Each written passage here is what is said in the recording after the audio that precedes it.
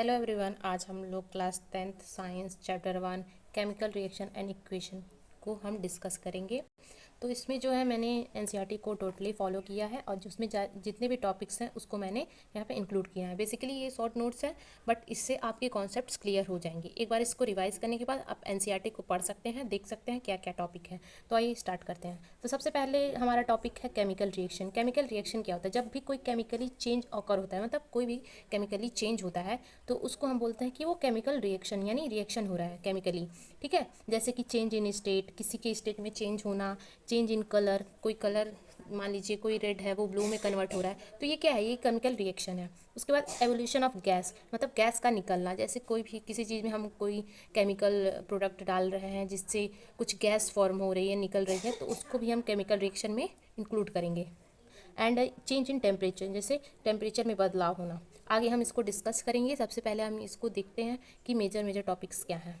उसके बाद आता है हम लोग का केमिकल इक्वेशन। केमिकल इक्वेशन क्या होता है? जैसे कि दो चीज़ों को हम मिलाते हैं और कुछ बनाते हैं। जैसे कि रिएक्टेंट हम लेते हैं magnesium plus oxide, magnesium oxide, ये हम रिएक्टेंट ले रहे हैं, ये हमारा प्रोडक्ट बन रहा है, इसी को हम केमिकल इक्वेशन कहते हैं। जैसे कि इक्वेशन के तौर पे हम इसको लिख रहे हैं Mg प्लस O2, जो बन रहा है मैग्नीशियम ऑक्साइड बन रहा है MgO। उसके बाद जो है there are two types of chemical equation. एक है बैलेंस्ड केमिकल इक्वेशन, एक है unbalanced chemical equation. Balanced chemical equation क्या होता है? जो ऑलरेडी बैलेंस्ड हो, उसे हमें बैलेंस करने की ज़रूरत ना पड़े। और अनबैलेंस्ड क्या होता है? जो हम लोग को कोई इक्वेशन गिवन होगा उसको हमको बैलेंस करना पड़ेगा।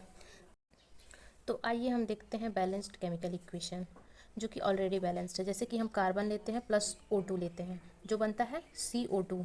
यहाँ पे एक कार्बन है, यहाँ पे एक कार्बन, यहाँ पे दो ऑक्सीजन है, तो यहाँ पे दो ऑक्सीजन है। इसका मतलब सब जितना रिएक्टेंट साइड में है उतना प्रोडक्ट साइड में है, मीन्स ये बैलेंस्ड है। लेकिन अनबैलेंस्ड केमिकल इक्वेशन में क्या होता है? जैसे कि Fe plus H2O, Fe3O4 plus H2O। ठीक है, यहाँ पे एक Fe है, यहाँ पे 3 है, तो यहाँ पे 3 लिखेंगे। तो यहाँ पे भी 3, यहाँ पे भी 3, लेकिन यहाँ पे ऑक्सीजन 4 है, यहाँ पे 1 है, यानी कि यहाँ से हम लोग को 4 से मल्टीप्लाई करना पड़ेगा आगे। तो यहाँ पे 4 ऑक्सीजन हो गए, यहाँ पे भी 4 ऑक्सीजन हो गए, लेकिन यहाँ पे 2 H2 है, यहाँ पे 2 H2 है, लेकिन यहाँ पे 4 दूनी 8 हो गया। तो यहाँ पे हम लोग यहाँ पे 4 से मल्टीप्लाई कर देंगे। अब हमारा बैलेंस्ड केमिकल इक्वेशन हो गया। उसके बाद हम देखते हैं टाइप्स ऑफ केमिकल रिएक्शन, मतलब कितने टाइप्स होते हैं केमिकल रिएक्शन के। तो सबसे पहला होता है कम्बिनेशन रिएक्शन, मतलब दो आइटम को हम लेंगे, कंबाइन करेंगे, उसके बाद हमारा एक मॉलिक्यूल बनेगा। जैसे कार्बन प्लस ऑक्सीजन CO2 बना रहा है, दो रिएक्टेंट मिलके एक प्रोडक्ट बना रहा है, इसको कम्बिनेशन बोलते हैं। उसके बाद डिकम्पोजिशन, मतलब एक रिएक्टेंट से दो प्रोडक्ट फॉर्म हो, उसे हम डिकम्पोजिशन बोलते हैं। उसके बाद होता है डिस्प्लेसमेंट रिएक्शन। डिस्प्लेसमेंट मतलब किसी को डिस्प्लेस कर देना। यहाँ पे जिंक है प्लस CuSO4 है, तो यहाँ पे जिंक इसको डिस्प्लेस कर देगा Cu को, और ZnSO4 प्लस Cu बन जाएगा। उसके बाद आता है double displacement reaction. Double displacement reaction में क्या होता है? दो डिस्प्लेसमेंट होती हैं, एक दूसरे को डिस्प्लेस करते हैं। जैसे Na2SO4 प्लस BaCl2, यहाँ पे Ba जो है, Ba की जगह कौन ले लेगा? Na ले लेगा, और Na की जगह Ba ले लेगा, तो BaSO4 प्लस 2HCl बन जाएगा।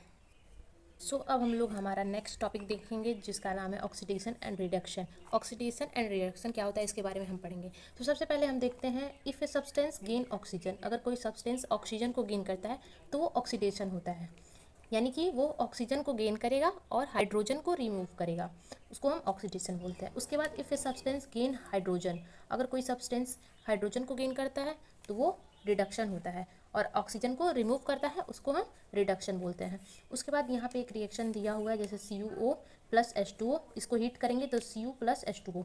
यहाँ पे हम देख सकते हैं, यहाँ पे ऑक्सीजन Cu के साथ है, लेकिन यहाँ पे ऑक्सीजन रिमूव हो रहा है, means removal of oxygen, reduction हो रहा है, यहाँ पे रिडक्शन हो रहा है। और यहाँ पे देखिए H2 है, यहाँ पे ऑक्सीजन आ जा रहा है, यानी ऑक्सीजन गेन हो रहा है, तो ऑक्सीजन गेन मतलब ऑक्सीडेशन। तो इस प्रकार से हम किसी भी इक्वेशन में देख सकते हैं ऑक्सीडेशन कैसे होता है, रिडक्शन कैसे होता है।